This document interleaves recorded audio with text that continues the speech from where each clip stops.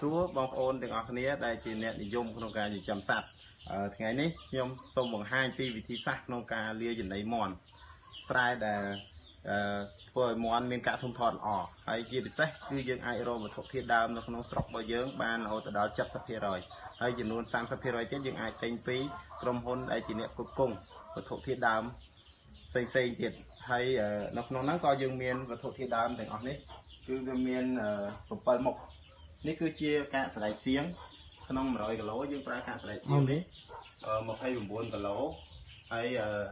នេះគឺជាម្សៅត្រីដែលមានប្រូតអ៊ីន 50% យើងប្រើវារហូតដល់5គីឡូនេះគឺជាកន្ទក់យើងប្រើវា22គីឡូហើយនេះគឺជាប្រេងឆាយើងប្រើវា3គីឡូនេះគឺជាពោតក្រហមយើងហ្នឹងយើងប្រើវា38គីឡូហើយនេះគឺជាអំបិលយើងប្រើវា4ខាំហើយនេះគឺជាបាសមិចសាច់ដើម្បីបង្កើនក្នុងការឲ្យសត្វហ្នឹងវាមានការលូតលាស់ល្អហើយសម្រួលដល់ការលាយអាហាររបស់វាផងដែរហើយវិធីលាយខ្ញុំនឹងធ្វើការលាយបង្ហាញទាំងអស់គ្នាបញ្ចូលវាមកចាប់ការយោមនេះ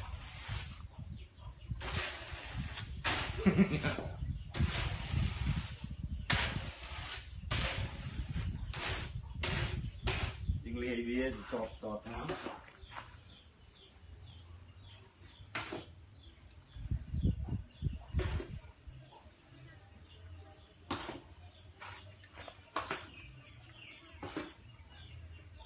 លាយបែបហ្នឹងដើម្បីឲ្យវាមានភាពងាយស្រួលក្នុងការបំបល់វាឲ្យសព្វ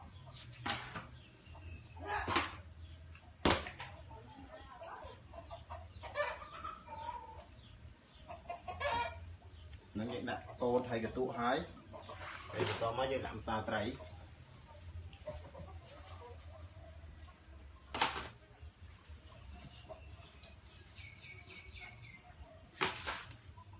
ដាក់ម្សៅត្រីឲ្យសព្វមក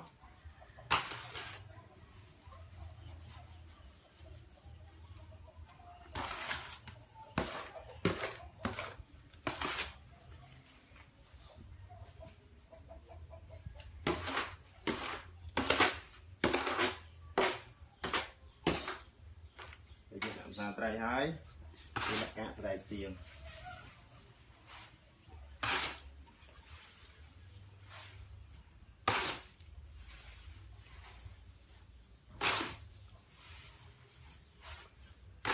ស្តបហ្នឹងមកយើងដាក់អំបិលសិននេះគឺជាអំបិល4ខាំ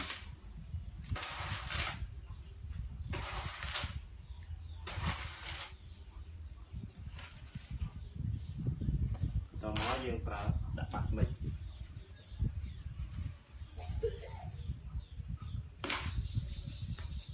មក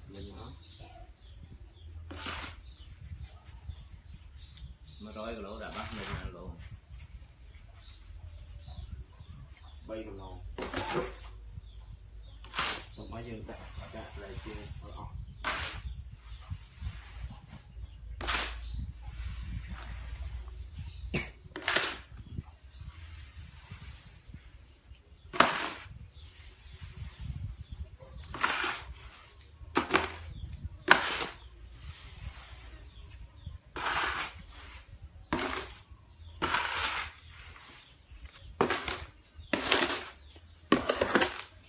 យើងដាក់កាកសណ្តែកសៀងអស់ហើយយើងនឹងធ្វើការដាក់ប្រេងឆា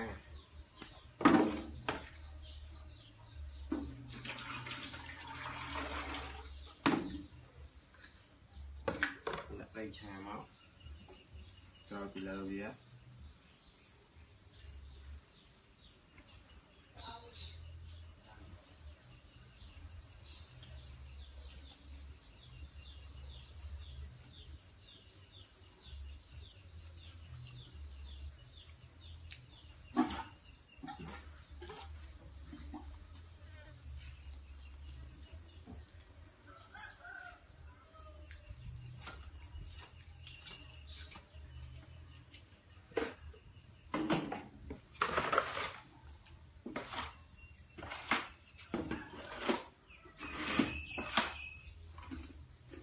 យើងស្រោចប្រេងឆាហើយ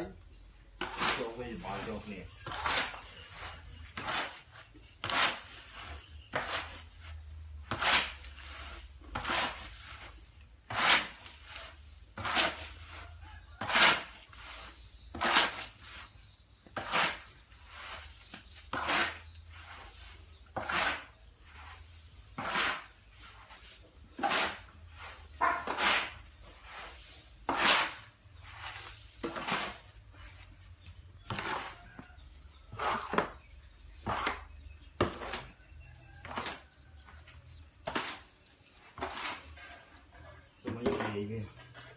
đi về sọc đây đi xi măng nha ở Việt Smart này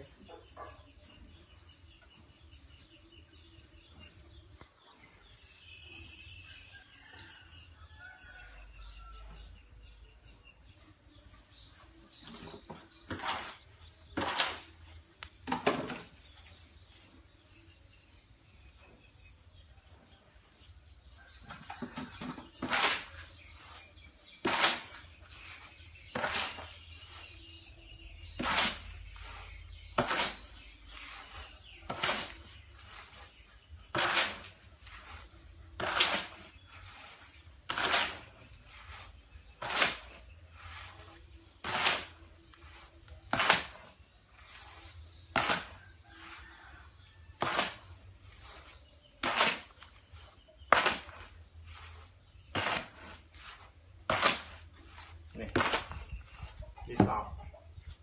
ấy dương chỉ trồng rau dương nên vừa cả cân mà bài về ní cứ chia mà sấn rồi đẹp cân mà bài về ở mót cho nên là bây giờ tao mòn fry xì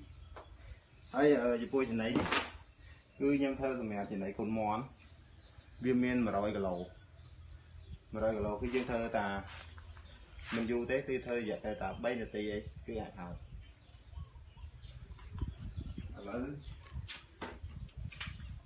nhưng ly với hai ấy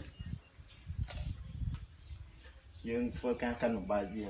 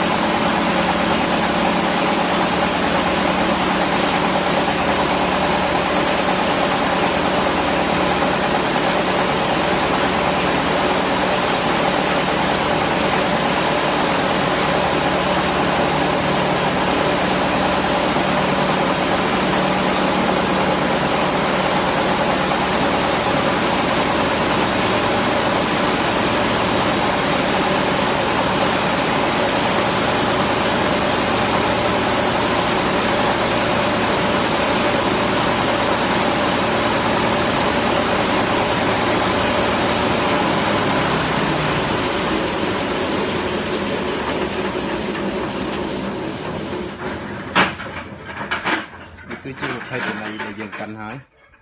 គឺចំណីកូនមន់វាមានការម៉ត់ដោយសារយើងរៀនផ្សំដោយខ្លួនឯងយើងអត់ចាំបាច់ប្រើម៉ាស៊ីនដើម្បីកិនជាក្របដើម្បីឲ្យវាស៊ីទេបាទហើយវិធីសាស្ត្រក្នុងការផ្សំចំណីគឺវាមានតែប៉ុណ្ណឹងហើយខ្ញុំនឹងមានវីដេអូបន្តទៀតយើងនឹងធ្វើការបង្ហាញនៅវិធីសាស្ត្រផ្សេងៗទៀតនៅពេលក្រោយទៀតសូមអរគុណ